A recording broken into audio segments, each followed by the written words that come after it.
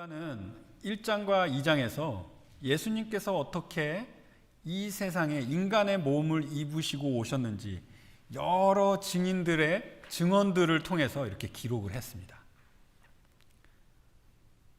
누가복음은 이 네 가지 이 복음서 중에서도 예수님의 출생에 대한 기록을 가장 자세하게 많이 남겼어요. 그리고 그 증인들의 증언들 속에서 구약에서 예언된 하나님께서 약속하신 것들이 하나하나 성취되는 것을 이렇게 한 장면씩 보여주는 그런 기록을 저에게 보여줍니다. 그런데 저희는 이러한 역사적인 장면들 속에서 하나님께서 친히 사용하신 사람들의 그런 말과 행동들을 자세히 관찰해 볼 수 있는 것이죠. 그 속에서, 그들의 고백 속에서, 그들의 말과 행동 속에서 저희는 저희가 하나님께서 저에게 하나님의 놀라운 역사를 이루실 때 저희 또한 그들처럼 어떻게 살아가야 할지를 배울 수가 있어요. 여러분, 오늘은 크리스마스 이브이죠.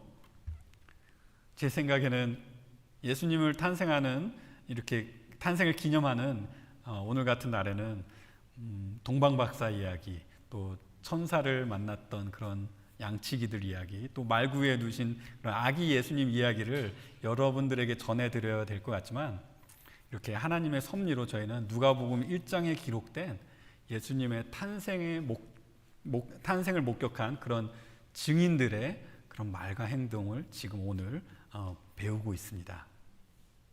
그리고 크리스마스뿐만 아니라 12월뿐만 아니라 내년 초까지 예수님의 탄생에 대한 하나님 말씀을 저희가 배우게 될 거예요. 그래서 크리스마스가 그냥 단순히 12월에 지나가는 그런 절기가 아니라 저희가 예수님의 탄생에 대해서 더욱 자세히 연구하고 열심히 배우고 깊이 생각하고 깊이 묵상하여서 예수님의 탄생이 저에게 얼마나 놀라운 은혜인가를 오늘 그리고 내년 새해까지 맞이하면서 계속 배워나가기를 원합니다. 자, 오늘 역사 속에서 예수님의 탄생을 목격자였던 마리아의 증언을 한번 말씀을 통해서 들어보도록 하겠습니다. 제가 여러분들에게 말씀을 읽어드릴게요. 누가복음 1장 39절부터입니다. 이때 마리아가 일어나 빨리 산골로 가서 유대 한 동네에 이르러 사가랴의 집에 들어가 엘리사벳에게 문안하니 엘리사벳이 마리아가 문안함을 들으매 아이가 복중에서 뛰노는지라. 엘리사벳이 성령의 충만함을 받아 큰 소리로 불러 이르되 여자 중에 내가 복이 있으며 내 태중의 아이도 복이 있도다. 내 주의 어머니가 내게 나오니 이 어찌 된 일인가. 보라, 내 문안하는 소리가 내 귀에 들릴 때에 아이가 내 복중에서 기쁨으로 뛰놀았도다. 주께서 하신 말씀이 반드시 이루어지리라고 믿는 그 여자에게 복이 있도다. 마리아가 이르되 내 영혼이 주를 찬양하며 내 마음이 하나님 내 구주를 기뻐하였음은 그의 여종의 비천함을 돌보셨음이라. 보라, 이제 후로는 만세의 나를 복이 있다 일컬으리로다. 능하신 이가 큰 일을 내게 행하셨으니 그 이름이 거룩하시며 긍휼하심이 두려워하는 자에게 대대로 이르는도다. 그의 팔로 힘을 보이사 마음의 생각이 교만한 자들을 흩으셨고 권세 있는 자를 그 위에서 내리치셨으며 비천한 자를 높이셨고 줄이는 자를 좋은 것으로 배불리셨으며 부자는 빈손으로 보내셨도다. 그 종 이스라엘을 도우사 긍휼히 여기시고 기억하시되 우리 조상에게 말씀하신 것과 같이 아브라함과 그 자손에게 영원히 하시리로다 하느니라. 마리아가 석 달쯤 함께 있다가 집으로 돌아가니라. 아멘. 마리아는 천사를 통하여 메시아를 낳게 될 것을 전달받았습니다. 어쩌면 이것이 굉장히 받아들이기가 힘든 그런 소식이었을지도 모르겠어요. 하지만 마리아는 이 모든 것을 믿음으로 받았습니다. 그리고 오늘 말씀은 그 모든 것을 믿음으로 받아들였던 그 마리아의 다음 이야기입니다. 오늘 말씀은 하나님께서 하나님의 크고 놀라운 일들을 여러분들의 삶 가운데 보여주실 때 여러분들이 기억하셔야 할 세 가지를 보여주고 있어요. 그래서 저는 오늘의 설교의 말씀을 세 가지로 이렇게 나눠 보는데, 첫 번째는 여러분들이 앞으로 나가셔야 합니다. 39절부터 40절의 말씀이고, 그리고 그렇게 나가실 때 여러분들에게 하나님께서 확신을 더해 주실 것입니다. 그것이 41절에서 45절의 말씀이고, 마지막으로 여러분들이 그렇게 확신에 차서 여러분들이 하나님께서 계획하신 그 계획 속으로 나가실 때 여러분들의 입술에는 찬양이 가득하실 것입니다. 그것이 46절에서 55절의 말씀입니다. 그래서 앞으로 나가야 합니다. 확신을 주십니다. 찬양해야 합니다. 이렇게 세 가지로 오늘 말씀을 나눠보았습니다. 오늘 말씀을 통해 여러분들의 삶 속에 하나님의 뜻을 신실하게 이루시는 하나님을 더욱 찬양 드릴 수 있는 그런 시간이 되었으면 좋겠습니다. 자, 하나님께서 여러분들의 삶 속에 새로운 인들을 보여주실 때 여러분들이 꼭 기억해야 될 첫 번째, 주저하지 마시고 하나님께서 보여주시는 그 삶의 방향을 통해 앞으로 나가셔야 합니다. 가브리엘 천사를 통하여 전달받은 소식은 아까도 말씀드렸듯이 굉장히 받아들이기 힘들었던 그런 소식이었을지도 몰라요. 어쩌면 이 마리아가 자신의 처지를 생각했을 때 어쩌면 이렇게 부담스럽고 버거운 그런 소식이었을지도 모르겠어요. 하지만 마리아는 주의 여종이오니 말씀대로 내게 이루어지이다 라고 고백하면서 모든 것을 믿음으로 받아들였습니다. 그리고 마리아는 그냥 그 자리에 머물러 있지 않았어요. 그런 놀라운 소식을 듣고 가만히 있지 않았어요. 39절에 이렇게 말씀하고 있는 걸 볼 수 있어요. 이때, 이 말은 천사가 마리아를 찾아왔던 그때를 말하고 있는 거예요. 이때에 마리아가 일어나 빨리 산골로 가서, 여기에서 일어나서 빨리라는 표현은 지체하지 않고 바로 움직였다는 것을 말해주고 있습니다. 산골로 가서 유대 한 동네에 이르러 사가랴의 집에 들어가 엘리사벳에게 문안하니, 바로 엘리사벳에 이제 찾아간 것이죠. 사가랴와 엘리사벳이 살았던 지역은 성경에 이렇게 명시되어 있지는 않아요. 정확하게 어딘지 알 수 없습니다. 하지만 제사장직을 맡았던 이 사가랴는 분명 예루살렘에서 그렇게 멀지 않은 그런 산골 지역에 살았다고 이제 추측이 되는 것이죠. 그렇게 추측해 보았을 때 사가랴는 마리아가 살았던 이 나사렛 동네에서 약 80마일에서 한 100마일 정도 되는 그런 거리에 이렇게 살았다는 것이죠. 그리고 마리아가 그곳에 가기 위해서는 3일에서 4일 정도가 걸리는 그런 여행길이었다는 것을 저희가 추측해 볼 수가 있는 것이죠. 저희가 근데 마리아가 왜 이렇게 2, 3일, 4일이 걸리는 이 먼 거리를 걸어서 엘리사벳을 찾았는지 한번 생각해 보았으면 좋겠어요. 어떤 사람은 마리아가 혹시 자신의 임신을 숨기려고 이렇게 떠나지 않았을까, 그렇게 생각하는 사람도 있어요. 근데 엘리사벳에게 가는 것이 임신을 숨기려고 했던 것이라면 굳이 바로 즉시 가지 않았을 거예요. 아직 뭐 숨길 만한 그런 몸의 변화도 없었을 거고, 그리고 또 이 56절에 보면 이제 나오겠지만은 거기에서 3개월만 있다가 돌아왔다고 했는데 왜 몸에 이제 변화가 한참 생기고 있을 때 돌아왔다고 했겠어요. 그렇기 때문에 임신을 숨기려고 해서 그곳에 떠나간 것이 아닌 것을 알 수가 있는 것이죠. 전혀 설득력이 없습니다. 또 마리아가 의심이 많아서 가브리엘의 말을 확인하기 위해서 엘리사벳에게 갔다고 생각하는 것도, 이것도 설득력이 없어요. 왜냐하면 마리아가 모든 것을 의심하는 그런 태도를 가브리엘에게 이렇게 보여줬다면 가브리엘은 아마 사가랴에게 했던 것처럼 마리아를 이렇게 괘씸하다고 이렇게 꾸짖었을 거예요. 숨기려고 한 것도 아니고 의심해서도 아니라면 저는 마리아가 믿음으로 그 발걸음을 즉시 움직였다고 여러분들에게 말씀드리고 싶어요.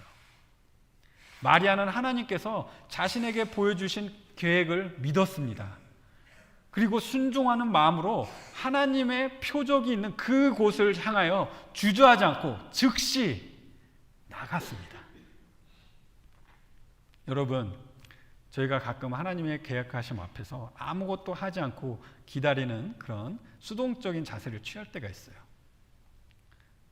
바로 이런 느낌이죠. 제가 한국에 이제 중학교 때 여기 미국 미주에 왔는데, 그때 이제 선생님이 저한테 이렇게 외우라고 이제 가르쳐 준 시조가 하나 있는데, 뭐 이런 시조 있잖아요, 여러분. 태산이 높다대 하늘 아래 메이로다. 오르고 또 오르면 못 오를 리 없건만은 사람이 제 아니 오르고 매만 높다 하더라. 이 산만 바라보고 높다 높다만 하고 아무런 노력도 움직임도 없는 그런 태도를 지적해주는 그런 옛날 시조인 것이죠.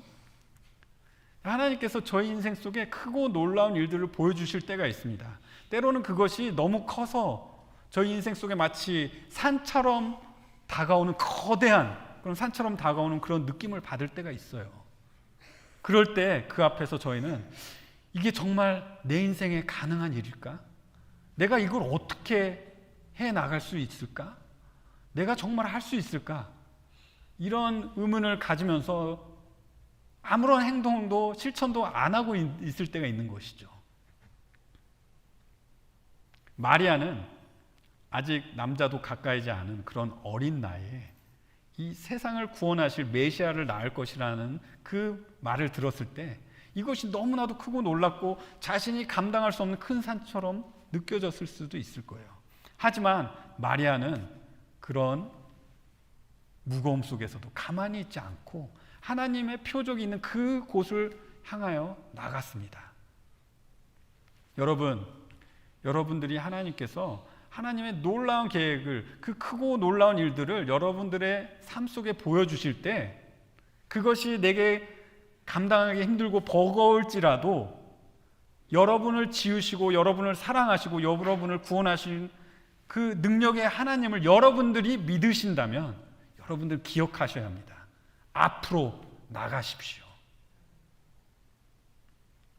마리아는 하나님의 표적을 향하여 나아가 엘리사벳을 만났습니다. 이 두 사람의 만남의 모습을 어떻게 표현해야 될까요? 이게 무슨 조화일까요? 한 명은 임신이 가능한 가장 어린 나이의 그런 소녀였고, 또 한 명은 불임으로 이제 아이를 가질 수 없는, 그리고 이제는 늙어버린 한 여인, 그 소녀와 그 늙어버린 한 여인의 그런 만남이었어요. 하지만 둘 다 전능하신 하나님의 기적을 몸에 지니고 있었습니다. 한 명은 성령으로 잉태되어 메시아 구원자가 그 복중에 있었습니다. 한 명은 기적적으로 임신하여 메시아의 길을 예비하라고 보내심을 받은 선지자가 그 복중에 있었습니다. 이 둘의 만남은 이 책을 읽는 저희들에게 하나님의 그 놀라운 구원의 계획의 조각들을 이렇게 맞춰주고 또 구원의 그림을 조금씩 보여주는 그런 느낌을 저에게 줘요.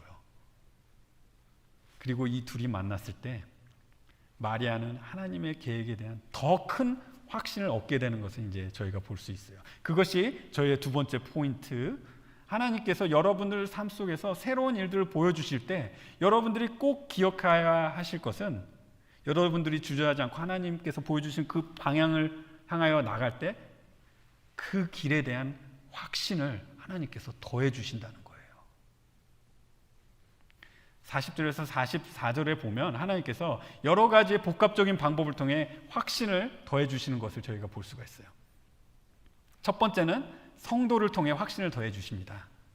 다시 39절을 이렇게 휘리릭 리와인드해서 보시면은 39절에 이때 마리아가 일어나 빨리 산골로 가서 유대 한 동네에 이르러 사가랴의 집에 들어가 엘리사벳에게 문안하니, 마리아가 즉시 찾아간 곳은 하나님의 표적이 있던 곳이었지만 그곳에는 1장 6절에 하나님 앞에 의인된 엘리사벳이 있던 곳이었습니다. 여기에 다 기록되지 않았지만 분명 마리아와 엘리사벳은 서로 인사하며 안부를 묻는 과정 속에서 자신들에게 일어난 모든 것을 서로에게 이야기했을 거예요. 남편 사가랴에게 있었던 일, 기적적으로 임신한 일, 자녀를 주신 하나님의 은혜, 그 큰 기쁨을 아마 엘리사벳이 얘기해 줬을 거고, 또 마리아는 천사 가브리엘을 만났던 일, 가브리엘이 했던 모든 말들, 성령님으로 잉태하게 된 이 아이, 이런 모든 것들을 또 엘리사벳에게 다 이야기해 줬을 거예요. 아무도 믿어주지 않을 것 같은 이야기를 서로에게 이야기하면서 얼마나 서로가 의지가 되겠어요. 또 얼마나 서로에게 일어난 일들에 대한 서로가 또 확신을 가질 수 있는 그런 계기가 아니었을까요? 이런 이야기는 약혼자였던 요셉에게도 하지 못했던 이야기예요. 요셉은 그런 것도 모르고 조용히 이혼하려고 했다고 마태복음 1장 19절에 말씀해 주시고 있어요. 다행히도 천사가 요셉에게 꿈에서 알려줘서 뒤늦게 이제 알게 되었던 것이죠. 또 하나님께서 저에게 확신을 주실 때 이 두 번째, 저희가 생각지도 못한 방법으로 그렇게 확신을 더해 주신 것을 저희가 볼 수가 있어요. 41절에 엘리사벳이 마리아가 문안함을 들음에 아이가 복중에서 뛰노는지라. 마리아가 문안했을 때 가장 먼저 마리아에게 반응한 사람은 세례 요한이었습니다. 엘리사벳이 아니고 세례 요한이었어요. 41절에 뛰어놀다라는 이 원어의 의미는 깡총깡총 이렇게 뛰는, 마치 망아지가 깡총깡총 뛰면서 이렇게 막 질주하는 것을 표현할 때 사용하는 그런 단어예요.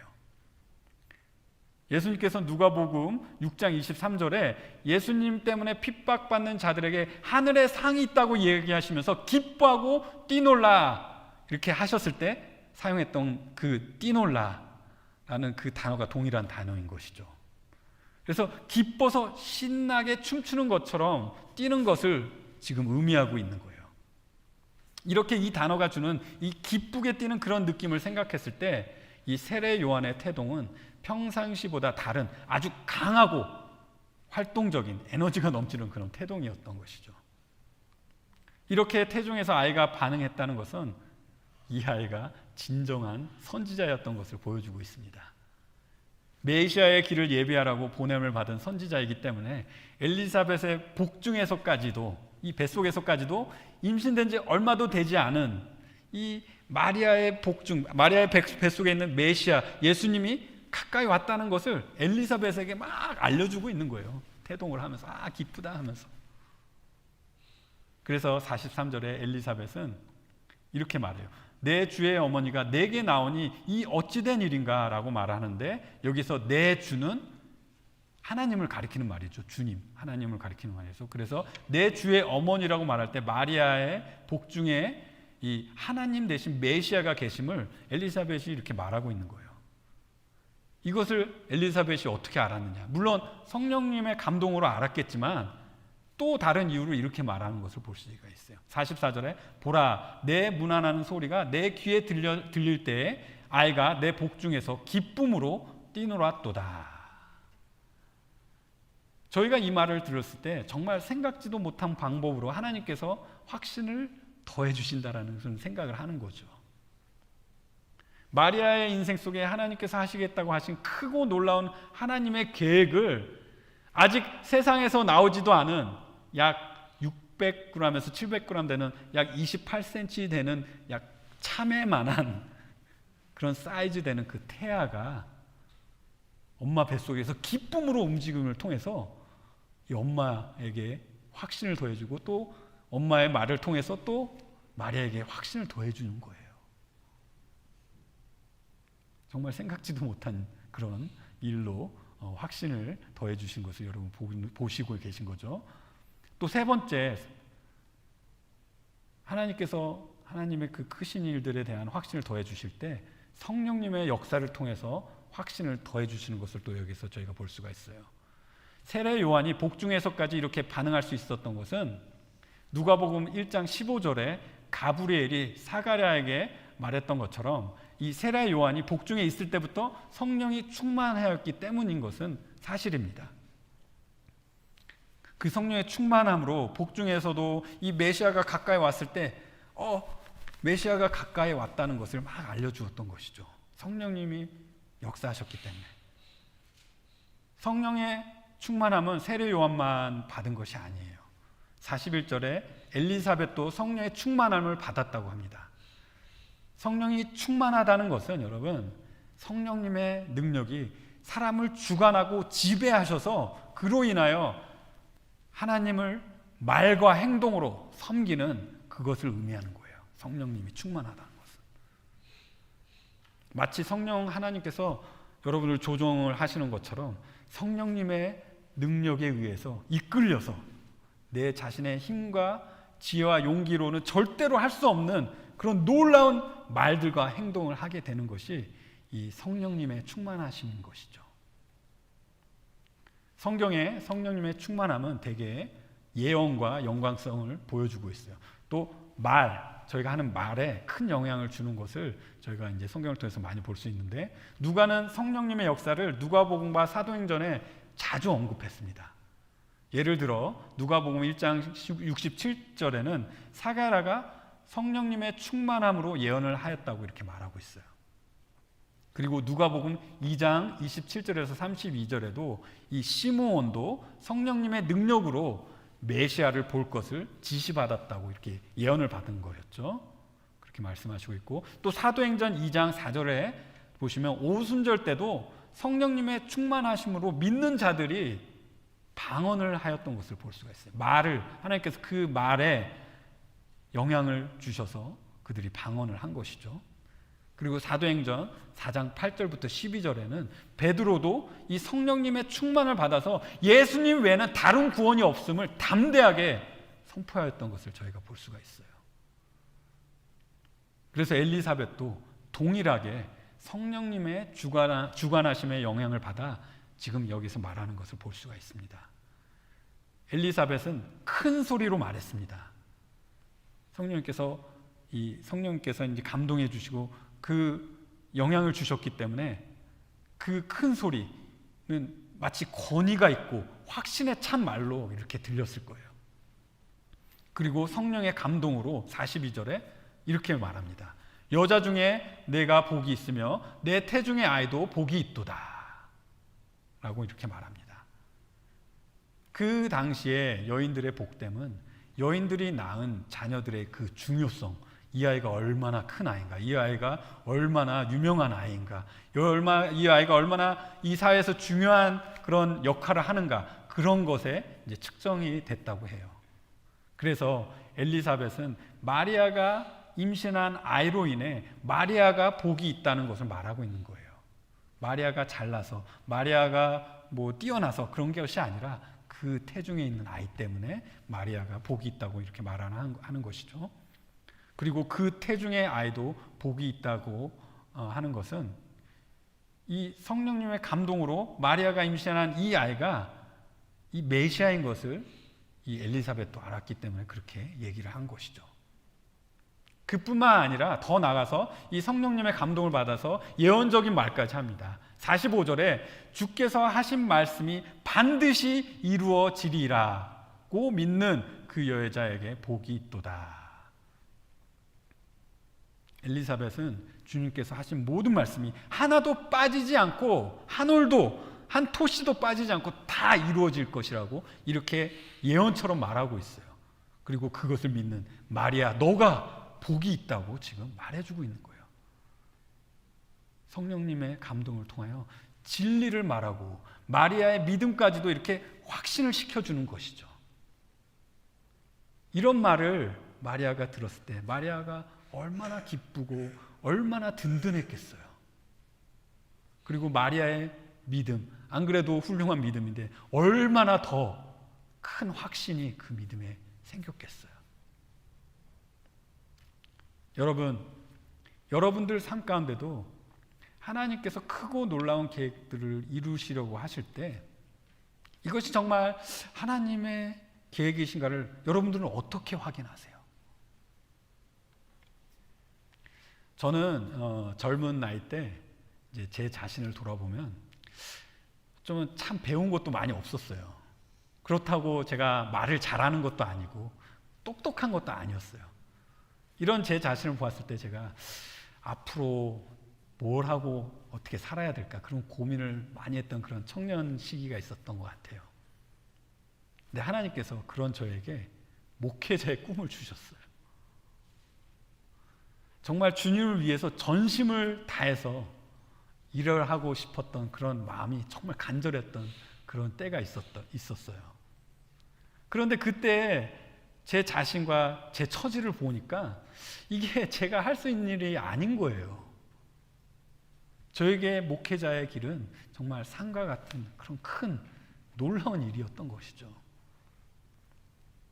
그런데 저에게 하나님의 소명을 하나님의 소명인 것을 확신해 주었던 것은 오늘 이 말씀 가운데 다 있어요. 성도님들의 격려, 생각지도 못했던 그런 길들을 열어주시는 하나님의 이 성령 하나님의 그런 능력들, 제가 할 수 없다고 생각하는 것들을 향하여 이렇게 제가 그냥 담대히 나갈 때 하나님께서 이 모든 것들이 저를 부르신다는 것을 확신해 주시는 그런 확인이 되었어요. 오늘날 그리고 저를 이곳까지 인도해 주신 것이죠. 저는 저 같은 사람이 이 강단에서 하나님의 거룩하신 말씀을 이 성도님들에게, 여기 앞에 계신 정말 성도님들에게 전해드리고 또 하나님의 말씀에 대해서 확신을 여러분들에게 가르쳐 드리는 게 저에게 얼마나 복된 일이며 꿈만 같은 일인지 모르겠어요. 여러분, 저의 이러한 경험이 저에게만 있는 경험이 아니라고 저는 생각해요. 여러분들 인생 가운데서도 크고 놀라운 일들을 이루시는 하나님이 계십니다. 그렇지 않으세요? 하나님의 영광을 위해 각자 서 계신 삶의 현장에서 여러분들을 부르시는 하나님이 계시다고요. 난 아니라고요. 나 같은 사람이 어떻게 그런 일을 하냐고요. 아니요, 하나님께서 하시면 불가능한 일이 없습니다. 그러한 하나님께서 여러분들 부르심을 확신시켜 주시고 또 확신시켜 주시고 또 확신시켜 주실 것입니다.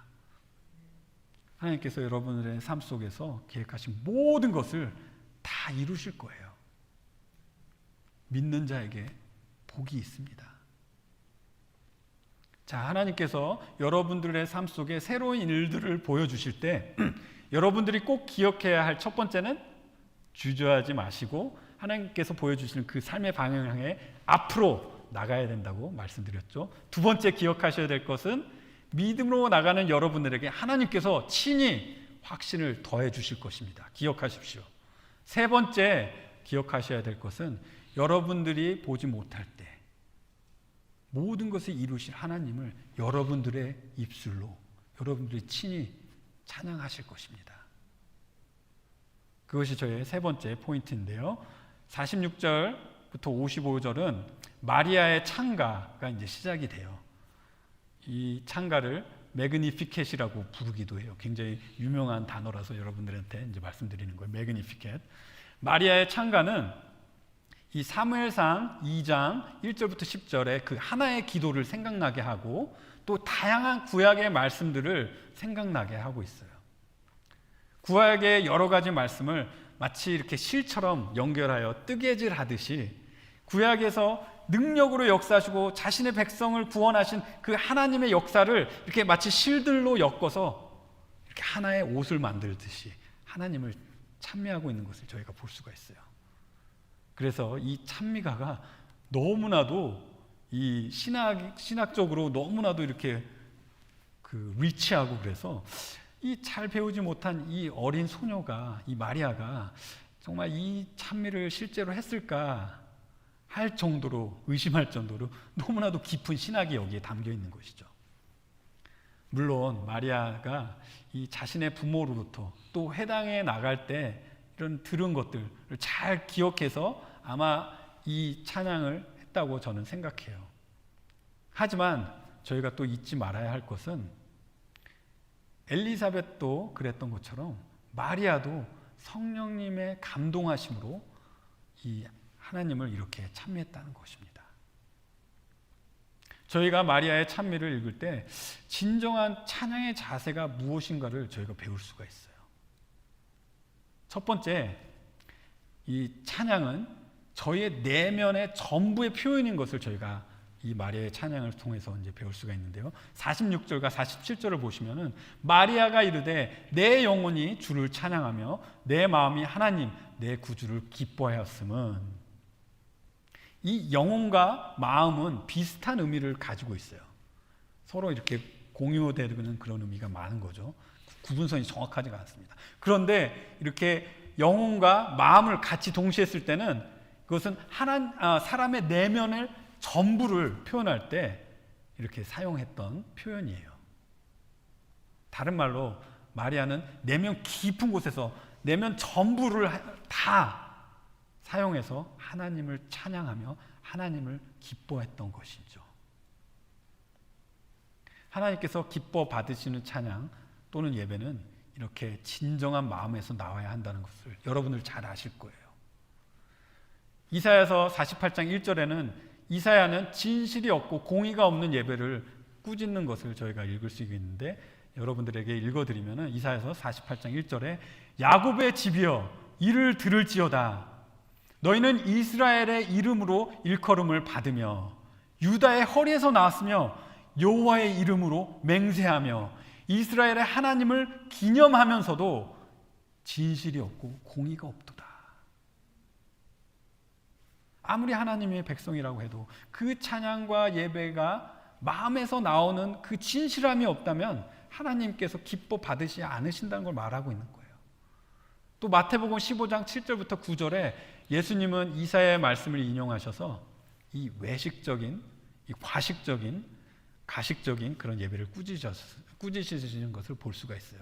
그래서 15장 7절을 여러분들에게 읽어드리면은 마태복음 15장 7절에 외식하는 자들아 이사야가 너희에 관하여 잘 예언하였도다. 일러스되 이 백성이 입술로는 나를 공경하되 마음은 내게서 멀도다. 사람의 계명으로 교훈을 삼아 가르치니 나를 헛되이 경배하는도다 하였느니라 하시고, 다른 말로 말하면 이 말로만 공경하는 그런 립 서비스가 다 헛되다고 지금 얘기하고 계신 것이죠. 하지만 마리아가 저희에게 보여주는 이 마리아의 찬미는 입술로만 하는 찬미가 아닌 것입니다. 마리아의 고백과 같이 그 영혼과 마음을 다해서 하나님을 찬양하는 것을 보여주고 있어요. 저희가 이 모습을 배워야 되지 않을까요? 저희가 예배에 매번 나올 때마다 여러분들의 마음과 영혼을 다해서 하나님을 찬양하셔야 돼요. 두 번째, 마리아의 찬미 속에서 볼 수 있는 이 또 다른 찬미의 자세는 마리아가 강렬한 감정으로 하나님을 찬양했다는 거예요. 여기에서 찬미하다는 원어는 메가루노, 메가하면 큰, 메가 영어도 메가하면 크다는 그런 느낌을 받으시죠. 메가루노라는 동사인데 그 의미는 이게 크게 보이게 하다, 위대하다고 선언하다라는 그런 의미를 가지고 있어요. 그냥 저희가 콧노래로 하나님을 찬양할 때 이 메가루노라는 동사를 사용할 수가 없는 거예요. 정말 강렬한 감정으로 찬양할 때 이 동사를 사용할 수 있는 거예요. 또 여기서 주를 기뻐하였다고 할 때 사용된 동사는 아갈리아오라는 동사인데 보통 기쁨을 얘기할 때는 카이로라는 동사를 사용합니다. 그런데 여기에서는 다르게 아갈리오라는 동사를 사용해서 이게 심히 기뻐하는 그런 의미를 저에게 전달해 주고 있는 거예요. 그래서 마리아의 찬미 속에는 그냥 이렇게 밍밍한 그런 노래가 아니었어요. 전심을 다해서 이 강렬한 감정을 가지고 하나님께 찬미하는, 기뻐하는 그런 모습을 이 찬양 속에서 저에게 보여주고 있는 거예요. 여러분들 예배 오시면 여러분들 찬양도 그렇게 하셔야 되지 않을까요? 온 힘을 다해서, 모든 감정을 다해서 하나님께 드려야 하나님께서 즐거워하실 거예요. 세 번째, 마리아 찬미 속에서 볼 수 있는 찬미의 또 다른 자세는 여기에서 찬양하다라는 동사는 과거형이 아니에요. 현재 시제를 사용하고 있어요. 그래서 마리아가 그냥 한시적으로 그 순간에 찬양하는 것이 아니라 삶 속에 매일매일 찬양하는 그런 말을 의미하고 있는 거예요. 하나님을 찬양하는 것은 저의 삶이 돼야 합니다.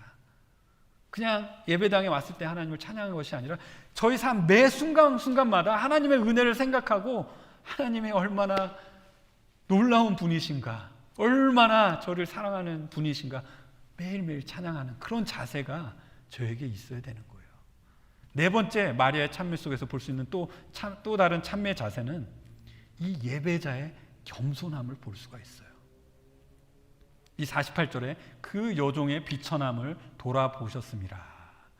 여기서 여종이라고 말하는 것은 노예를 의미하는 거예요. 마리아는 노예가 아니었어요. 하지만 자신을 하나님이 마음대로 사용하시고 주관하시는 그런 소유물로 여겼어요. 또 비천하다는 것은 마리아의 사회적 위치를 보았을 때 정말 마리아는 비천했어요. 그런데 47절에 하나님을 구원자라고 고백하는 것을 볼 때 자신의 자신도 죄인인 것을 지금 말하고 있는 거예요. 그래서 구원이 필요한 것을 지금 마리아가 47절에 이렇게 암묵적으로 말해주고 있는 거예요.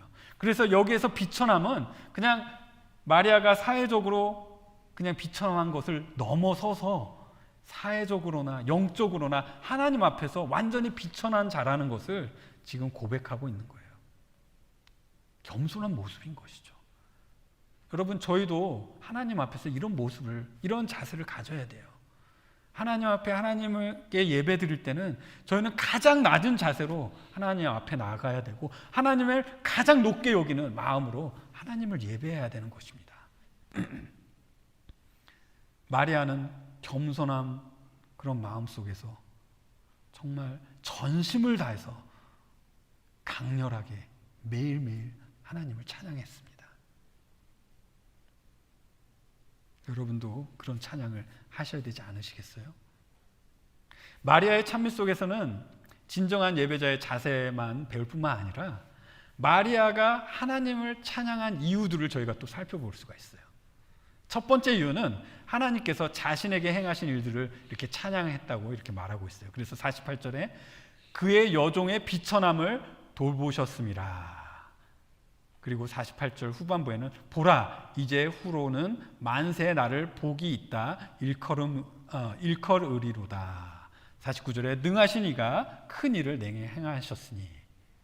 마리아가 복이 있다는 것은 마리아가 아까도 말씀드렸듯이 마리아가 귀하고 너무 이렇게 귀한 사람이고 또 잘나고 뭐 뛰어나서가 아닌 거예요. 마리아 자신의 고백처럼 마리아는 비천했어요. 하지만 메시아 되신 예수님을 이 땅에 임하게 하는 그런 통로가 되었기 때문에 예수님의 어머니로 불리는 그 큰 영광을 하나님께서 마리아에게 하나님이 주권적으로 주셨던 것이죠. 예전에도 그런 일이 없었고 앞으로도 이런 일은 영원히 다시 돌아오지 않아요. 여자를 통해서 이보다 더 크신 이가 나올 수가 없어요. 그렇기 때문에 하나님께서 마리아에게 주신 이 특권은 정말 만세토록 복이 있다고 말할 수 있는 거예요. 마리아는 자신의 비천함을 알고 이 모든 것이 불가능한 일인 것을 알았습니다. 하지만 하나님께서 전능하시기 때문에 이 모든 일을 행하셨다고 그렇게 말합니다. 그렇기 때문에 자신에게 행하신 모든 일을 하나님께 찬양하는 거예요. 두 번째 찬양의 이유는 하나님께서 앞으로 하실 일들을 바라보며 찬양했어요. 49절 후반에 그 이름이 거룩하시며, 마리아는 이 35절에 가브리엘을 통해서 자신이 낳을 아이가 이 메시아시며 거룩하신 자, 바로 하나님의 아들이라는 것을 이미 들어서 알고 있었어요. 그리고 이 메시아가 구원을 이룰 것이라는 것을 알고 있었어요. 이 모든 것이 하나님의 은혜이며 자비이며 긍휼이심을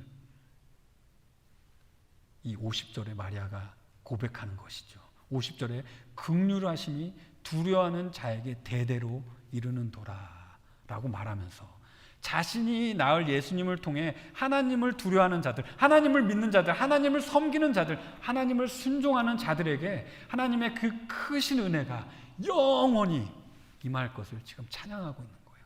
앞을 내다보면서 미래를 바라보면서 정말 놀라운 하나님의 축복이 많은 사람들에게 임하겠구나를 생각하면서 찬양을 한 것이죠.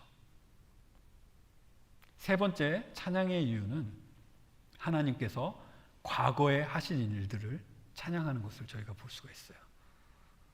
놀라운 것은 마리아가 이스라엘의 역사 속에서 놀라운 일들을 행하신 이 만군의 여호와 하나님을 저희를 생각나게 하는 그런 찬양을 여기서 저에게 들려주고 있는 것이죠.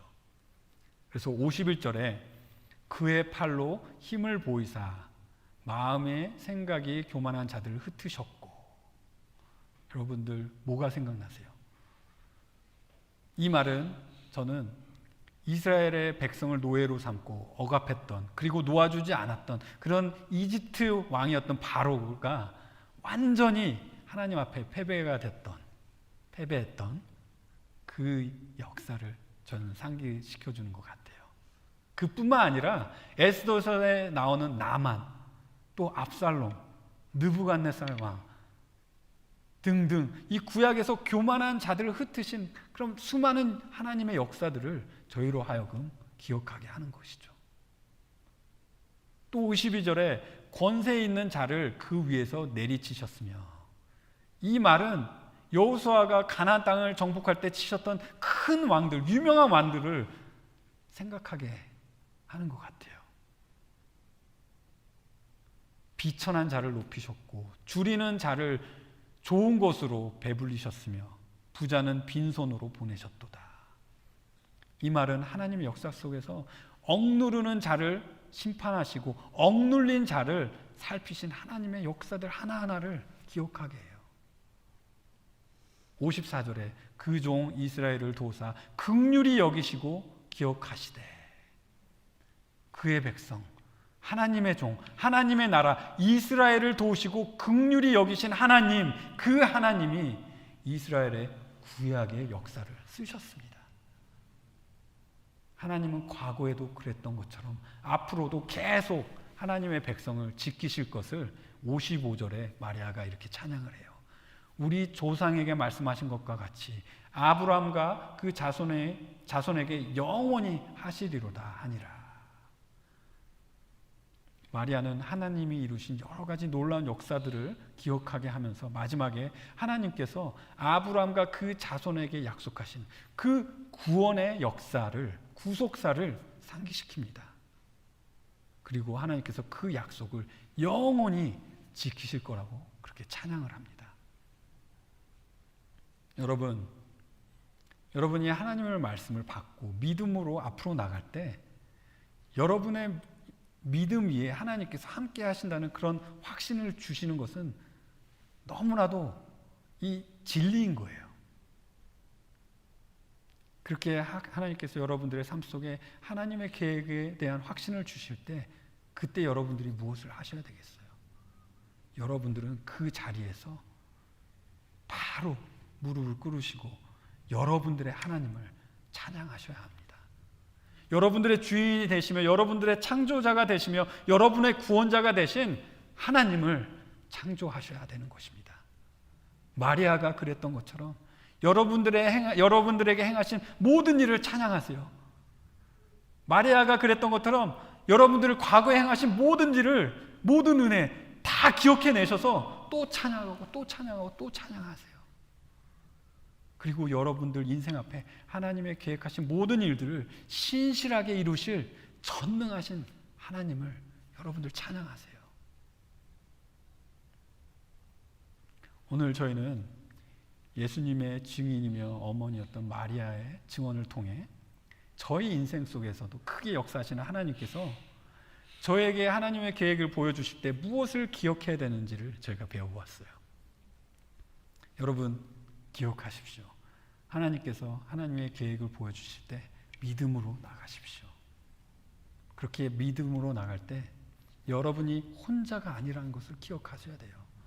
여러분들 위해 함께 걱정해주고 함께 기도해주는 여기에 사랑하는 성도님들이 함께 하고 계시잖아요. 그리고 그뿐만 아니라 전능하신 성령 하나님께서 함께 계시잖아요. 하나님께서 모든 것을 사용하셔서 하나님의 계획이 여러분들 삶 속에 이루어지고 있다는 것을 분명하게 명확하게 확인시켜 주실 거예요. 그럴 때 여러분들 입술에서 하나님의 위대하심과 하나님의 전능하심과 하나님의 사랑하심과 이런 모든 것들을 기쁨으로 찬양하는 노래가 끊임없을 것입니다. 마치겠습니다. 기도하시겠습니다. 하나님 아버지, 오늘 마리아의 증언을 통해서 또 마리아의 찬양을 통해서 저희 인생 속에 저희가 어떤 자세를 취해야 하고 또 어떤 믿음의 자세와 또 어떤 찬양을 해야 되는지 이런 것들을 지켜보고 배웠습니다. 하나님 아버지, 저희 삶 속에 주님은 분명히 큰 일을 이루시는 하나님이십니다. 이미 저희를 죄에서 돌이키신 그 크신 일을 이루셨고 저희가 매일매일 변화되고 있는 모든 것들이 하나님께서 저희 삶 속에 이루시는 크신 일들인 것을 저희가 감사드리며 찬양드립니다. 하지만 하나님의 계획은 여기서가 끝이 아닌 것을 압니다. 앞으로도 저희를 사용하실 것을 저희가 의심치 않습니다. 하나님의 계획을 저희를 사용하셔서 이루실 것을 저희가 의심치 않습니다. 하나님, 오늘 말씀처럼 저희가 믿음으로 하나님을 바라보며 나가게 하여 주시고 또 하나님께서 주시는 확신 속에서 하나님을 끊임없이 찬양하는 저희 모두가 될 수 있도록 저희를 축복하여 주시옵소서. 감사드리며 이 모든 것을 예수님의 귀하신 이름으로 기도드렸습니다. 아멘.